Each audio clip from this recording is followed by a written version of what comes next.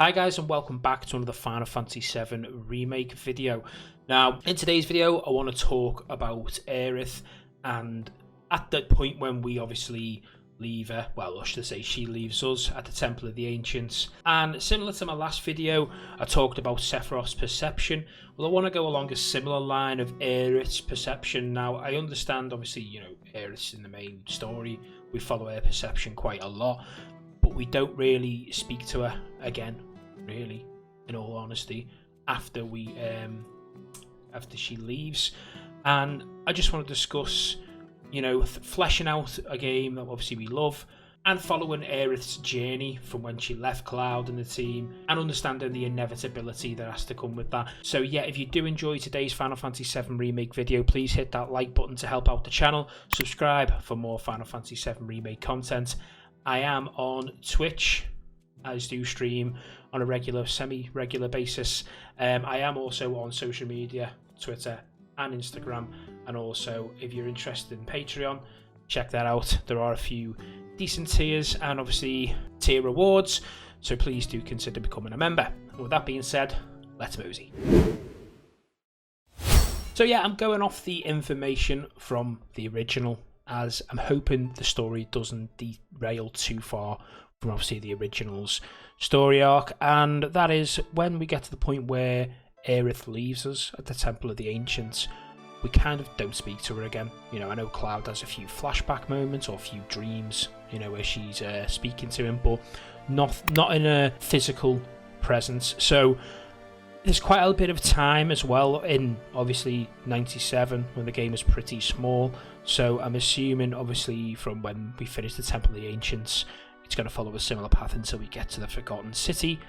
But obviously you go through things like where you've got to dig and find the key to obviously be able to get through that part and things like that.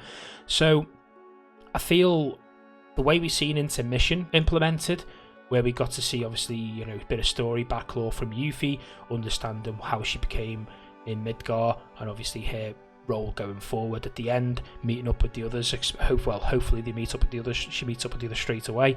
It got me thinking about Aerith's obviously perception from the moment she leaves the team at the Temple of the Ancients. Now, at that point, she obviously realizes what has to come, and if the story isn't derailing too far from obviously the original, we don't know. They may put a twist in it. I've talked openly about the potential of maybe somebody else killing her, maybe Cloud killing her. She may survive, but let's go off the basis is that she's got to die just for this video. So when she leaves them at the Temple of the Ancients, she's obviously got to travel up to the Forgotten City, and obviously there's going to be a lot going through her head. She obviously knows she has to die to release the power of Holy to save the planet. Now, her coming to terms with that, the emotion side of things, she'll obviously be upset at first, and then she comes around to, obviously, you see back in the original, she's quite at peace with what's about to happen.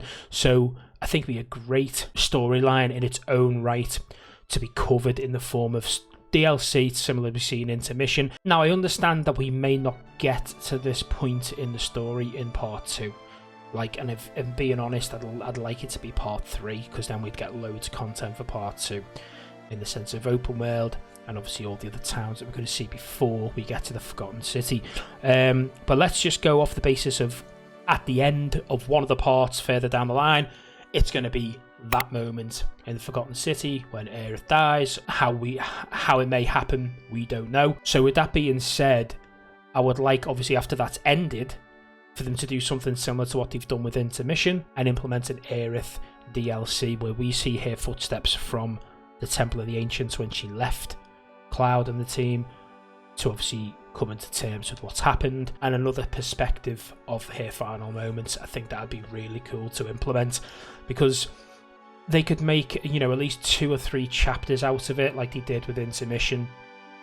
It could be a soul voyage where she's travelling back through maybe all the towns, seeing people that maybe she has met on the road, and they're all saying, "Oh, hey Aerith, what are you doing here?" And you can see that she's kind of beside herself. And I just think it'd actually be an iconic moment in gaming history to capture such a famous moment back in 97 in that light, so we can fall in love, cry for her, you know, when it all goes down, knowing why she's doing what she's doing, see her going through all them emotions in her footsteps.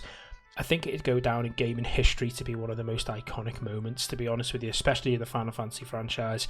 You know, Final Fantasy 7 is arguably the best game they've ever produced in the terms of obviously numbers and cult following. I know that there's a lot of people out there that love other Final Fantasies, as do myself, but that's got to be one of the most shocking, upsetting and iconic moments, especially in Final Fantasy, and to capture her suffering, her coming to terms with it, I think it'd be a great DLC opportunity for Square Enix. Anyway, that's really all I've got to say on it, and what I'd really like to do is discuss that in the comments with you down below. Let me know if that's something you'd be really interested in.